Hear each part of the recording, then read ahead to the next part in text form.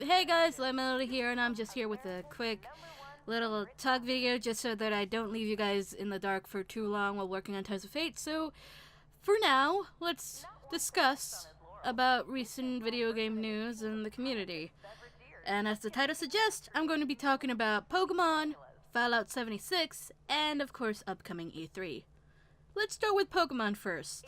Now, you guys probably saw my reaction to it, because I am absolutely happy about this choice. Now, yes, I know people are going to be complaining, Kanto, again. Yeah, I know people don't really like that we're going back to Kanto and that Game Freak is just panning to Gen 1ers, though I'm happy they are. And I know there have been people that have actually gone into it, that it's to get more people into Pokemon, to bring the fan base from Pokemon Go into Pokemon on the consoles, and then maybe try an actual main series game. That's to just draw in those people and also draw in people who haven't played Pokemon since Gen 1. But I'm happy about it for a different reason. Now, I understand people were wanting Gen 8. And really, I don't think Gen 8 was going to be a thing this year. I really think it wasn't, because they said 2018 or later, and I really prayed that it was or later. Because in reality, I look at this differently. And Let's Go Pikachu and Let's Go Eevee probably wouldn't have been a thing. They probably... And what I mean by that is that, well, I think Game Freak didn't even need to give us Let's Go Pikachu and Let's Go Eevee. They really didn't. They could have spent more time trying to get Gen 8 to work. But doing Let's Go Pikachu and Let's Go Eevee with a story and assets that they pretty much know by heart because it's what started Pokemon is a brilliant idea. And I look at it like this. Let's Go Pikachu and Let's Go Eevee has been stated by Game Freak and such to be more in the style of X and Y. The chibi animations, stuff like that. It's a brilliant move because this way they get to test the Switch. Don't know what I mean? Well, let's remember, Pokemon Sun and Moon and Pokemon Ultra Sun and Moon basically pushed the 3DS to its limits. Let's Go Pikachu and Let's Go Eevee is the first game that Game Freak created on the Switch. So with this game, they get to figure out what is their limits. What can they do, what can't they do, what they have to figure out. So, if that's the case, then they're testing a lot of things here. They're testing you having Pokemon follow you, having Pokemon being able to be rideable if they are large enough, like with the Onix or with Charizard. You can ride those two Pokemon because they are large enough Pokemon to be ridden on. You can ride Lapras in the water. That's a thing. It's always been a thing, but I'm pretty sure any water Pokemon big enough can be ridden. So they have that down. They know for sure that they can do that pretty well on the Switch. This is what they're doing. They are testing the Switch.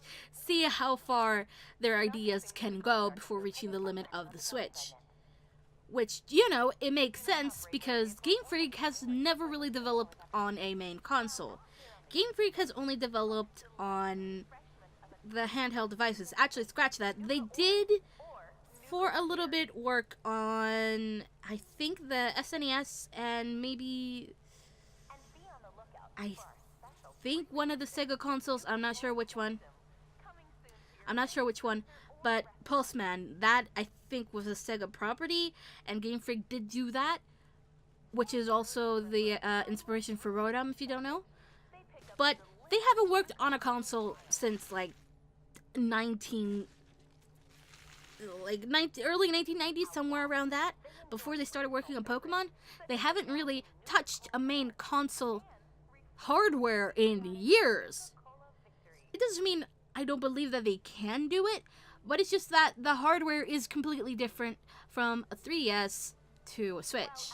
You have way more power on a Switch than you did on a 3DS.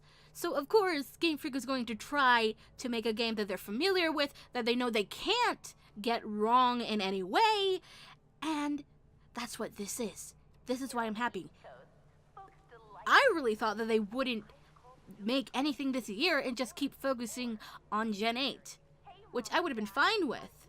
But the fact that Game Freak actually gave us a game this year just to test the waters of the Switch, and I suppose the audience as well, and try to grab people in for the next generation, because apparently it's going to be pretty fantastic if they're giving us a Pokemon that is going to be part of Generation 8, or at least kind of a tie-in between Generation 8 and Let's Go Pikachu and Let's Go Eevee.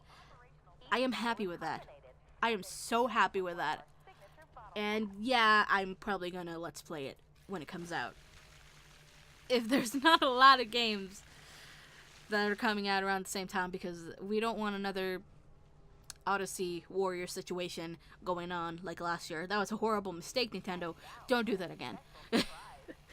But yes, I'm going to do that. I'm not sure if I'm going to go with my original yellow team or not, but let's just say it's going to be a tough battle because Kanto literally has no Dark-type Pokemon.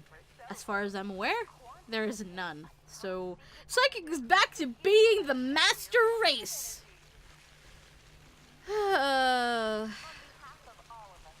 Anyway, yeah, for those complaining about that, would you rather have a Generation 8 game that isn't as up to code as it would be if they didn't have Let's Go Pikachu and Let's Go Eevee test the waters first? Because now they know their limits. They know how far they can go, at least a little bit more than they should. Well, not more than they should, but they know in particular how far they can go with the Switch. And so with what they did in Let's Go Pikachu and Let's Go Eevee, they're going to try to raise the stakes even higher for Gen 8, which is what they should do. And I kind of maybe expected this to happen, maybe, just because it's 2018 is too soon for a Gen 8. It's literally too soon. As for Let's Go Pikachu and Let's Go Eevee, as to what part of generation is, I say it's mid-generation to both of these two. I say it's 7.5. And I don't particularly care if it's called a spin-off by people. Game Freak, I think, said it was kind of a main core Pokemon game. A core Pokemon game. Kind of. But in the long run, Game Freak didn't really have to make this game at all. For those that were wanting a Pokemon game this year, they could have just not given us any. So for the love of God, be happy with what you get. Sure, we're going back to Kanto, but at least it's something. I'm pretty sure the fan base would have probably been in flames if Game Freak didn't show anything. So they did something. And it's Kanto, and I'm happy to go back to Kanto, not because it's just not because it's my generation that I started with, or that I get to go back to Pallet, my hometown, as a Pokemon trainer. I'm happy to see Kanto in 3D, as it should. We didn't see that with Johto. We saw that with ORAS. So I think it is time to go back. Plus, I have felt a little bit overwhelmed by all of the new Pokemon. I mean, seeing new Pokemon is cool, but the fact we have over 800 Pokemon at this point, I think it's time to go back to a limited amount of Pokemon, just because it's refreshing to see a small batch of Pokemon and be able to just try to catch everything and not try to think of all the previous Pokemon that you can catch along with the new ones, and then you're like, why are some of these Pokemon the same Pokemon that I've had on my team before? Yeah, that's happened with me 3 times now. Can I just... Please, no. Please, no. No. I don't want to have the same repeating Pokemon on my team anymore. I'd like to just have one team full of one solid generation. So, this is kind of like Black and White in a way, except Black and White only did the Pokemon from their generations, and then after you beat the Elite Four and story and blah blah blah blah, will you be able to catch Pokemon from previous generations? Now, Let's Go Pikachu and Let's Go Eevee isn't necessarily doing that because it is just a remake of Kanto. I'm fine with that. I'm not sure why they didn't include the evolutions that came further down the line. Like, I feel like that should have been a thing, but I'm not sure if there's a day and night cycle. It didn't look like there was a day and night cycle, so then you gotta think about Espeon and Umbreon, and I don't think there are places where you can evolve into Leafeon and Glaceon. At least I don't remember off the top of my head. Maybe in Viridian Forest they could have put a giant grassy mossy stone somewhere, but it doesn't seem like it because it is a recreation of Pokemon Yellow. Well, it's based off Pokemon Yellow, but I think it was a good move to go back to something that's more familiar to people. Plus, plus some of the evolutions from Generation 1 were in Generation 4, and obviously Generation 4 is not in Pokemon Go, so I can see why they didn't bring those Pokemon in, but I don't see why they couldn't bring in the ones from Johto as well. But that's for another day, and I feel this is fine. For me, this is fine. I felt like we were getting just a little bit too overboard with all of the Pokemon, and to be back at a small, manageable number of 151 is very, very refreshing to me. I don't have to focus on trying to get 1,000 fucking Pokemon, and it's just nice. Plus the gyms backs. Plus the gyms are backs. Backs? I gotta stop saying backs. Plus the gyms are back. So we have that. No trials. Back to standard gyms. Brock's gonna be a pain in the ass again. Pretty sure you guys can tell I'm going Let's Go Pikachu because Violet. But yeah, those are my thoughts on Let's Go Pikachu and Let's Go Eevee. That's how I feel. I'm glad Game Freak took this route. Next year we are still getting a core Pokemon game, so don't be completely pissed about this. Yes, it's Kanto, but it's something at least. Think about that. Game Freak could have possibly never given us this game. We would have had a Pokemon free year. Think about it that way. If they didn't get this game out, you'd be waiting maybe longer for the next Pokemon game. But they have this game, and now they're testing the waters, testing out the Switch, so they know how far they can go, which means maybe, quite possibly, the Pokemon following you around feature could actually stay because they know it is possible in Let's Go Pikachu and Let's Go Eevee. So in the next game, it's quite possibly coming back and not being taken out again. Hopefully, Game Freak. I mean, you added it in for this reason. Not to only just appease the fans, because it's a Yellow remake, and not to just appease the fans that wanted Pokemon following you, and not just to appease the fans of Pokemon Go, because you could walk around with your Pokemon. It's a pretty smart move, and I think they're testing it to be a permanent thing. If their next titles are going to be on the Switch, which more than likely they are going to be, especially the one coming out next year, it's just a perfect plan to test everything out, and I'm not mad. I would have been glad no matter what region it was. I'm just saying, Game Freak could have not given us a game this year. So be happy. Next up, Fallout 76. Bethesda with their 24-hour stream or some shit like that. That was something, and everybody who stayed and watched that stream for God knows how many hours, especially when it was nighttime. I'm pretty sure they had an intern or someone stay the night and just try to throw shit up at the screen like balloons and the puppets and shit like that. I'm saying that because apparently on Twitch, you can't really stream for 24 hours or longer, or for any really reasonable amount of time without anything happening on the screen. So yeah, either Bethesda talked to Twitch about this, or they really just had an intern or something do shit on the screen just so that they wouldn't get banned or get in trouble or anything like that. As for the actual trailer that we got for Fallout 76, it was interesting. I was just happy.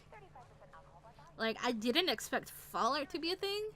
I thought Fallout was going to come out down the line, but it seems like it's not a main Fallout game. It does seem more like a spin-off, kind of. I'm just saying, because we really didn't see anything of the environment outside. We really just saw the vault of the inside of Vault 76, which, if you don't know, has been mentioned in two Fallout games. Fallout 3, in the Citadel, there is a terminal describing all of the vaults in the DC Wasteland, and in Fallout 4, it is also mentioned somewhere. I'm not particularly sure. It's probably the Vault-Tec regional headquarters. It's probably in there somewhere on a terminal. Also in the Mothership Zeta DLC in Fallout 4, not Fallout 4, Fallout 3, blah blah blah. The guy who was checking up on the construction of Vault 76 was kidnapped and abducted by aliens. But we know he was there to check up on Vault 76. But Vault 76 was the one vault we did not get to explore in Fallout 3. So they picked this one to be the main vault, I suppose. I mean, it was a control vault. Vault 76 was a control vault that was supposed to open in 20 years. Obviously, by the trailer, it's been about 25 years. So, I don't know what's going on. But there are some people speculating or just, like, trying to rely on rumors. And some of them are saying, it's going to be online. Like, I don't think it's going to be online like people expect it to be online. Like, people are expecting to be like ESO, Elder Scrolls Online, to be something along those lines. I don't think so, because apparently this vault only holds 500 people. If this vault holds 500 people, and a bunch of people buy this game, and it's permanently online like an MMO, I think they would have to have different servers just to keep that number consistent. Unless they completely retcon it and it's a large-ass vault, which I doubt. Yeah, I feel like they have to have dedicated servers which would allow 500 people in each one, and I don't think Bethesda would do something like that. On the other side, I think it's going to be something more along the lines of how Borderlands is played, where you can necessarily play by yourself, but you can also invite other people to play with you. And in Borderlands, I think you can get up to four players in total, so you can bring in 3 different people, and that's fine. There's a bunch of hints in the trailer itself for Fallout 76. Right in front of you, where there is there's 2 chairs, one with a guitar and one with a harmonica. In front of you on the table, there is a board game that says up to 5 players. Which, I don't think I've ever seen a game with 5 players in total before. But that is an interesting thing, because it says 5 players, not 4, but 5 players. So maybe there are 5 vault dwellers that stayed behind for some reason. But that is actually pretty nice idea that you can play with friends. I mean, that's what I've wanted for a while now. I mean, I enjoy Bethesda games. Well, I enjoy the Fallout side of Bethesda games. Yeah, Elder Scrolls doesn't really bring me in that much. I tried. I got bored. Fallout, on the other hand, brings me in completely. But it would be fun to play this with friends, because it seems like it does get a bit lonely, and I understand it is a story. It's a story about surviving in the wasteland by yourself, blah, blah, blah. That's been the story for all of the Fallouts, but I think it's time for a change. It makes sense for a change, just because you can't just be the last person in this goddamn vault forever and ever. It just can't be. I understand that it's not the case in Fallout 1 and Fallout 3, but again, it feels like you're just the only one, and it gets boring. I mean, you go back to Vault 101, once? And then in the first game, if I'm correct, you do go back to Vault 13, but then you're just kicked out. And then I don't know if you ever go back, I'm not sure, but I think some people leave with you after some point in time, and then that sets up for Fallout 2. But yeah, I think that online will mean that, like, online would mean more along the lines of co-op or stuff like that. As for it, if it's true, I don't know. Bethesda's gonna reveal more at E3. And now that I'm talking about E3, let's move on to E3. I don't really expect anything from EA. Really. I don't expect anything at all. EA is gonna kick us off and it's gonna be boring like last year. From Microsoft, I'm not really sure what they do. Please, for the love of God, don't be showing off like 1,000 different games like you did last year. That's just no. Please no. Please no. Please no. Bethesda, like I said, I'm just gonna be watching Bethesda, see if there's anything coming out from Vault 76. What more info we get? Maybe we get to reveal of Starfield. Starfield, maybe it's a new IP. Maybe Starfield was the code name for 76. We don't know, but I'm pretty sure we get to find out. Sony, I'm not particularly sure what I expect from Sony. Only thing I will say I expect is some kind of teaser for Borderlands 3. I'm not really sure which one that would be showcasing in. I'm not really sure entirely because Gearbox is just Gearbox. Gearbox doesn't really have a presentation of their own, so I'm not sure if it would appear in Microsoft or Sony. So yeah, I don't know where it would be there. Ubisoft? I don't know. I don't know. They could have more Rabbids stuff coming, maybe. They could also...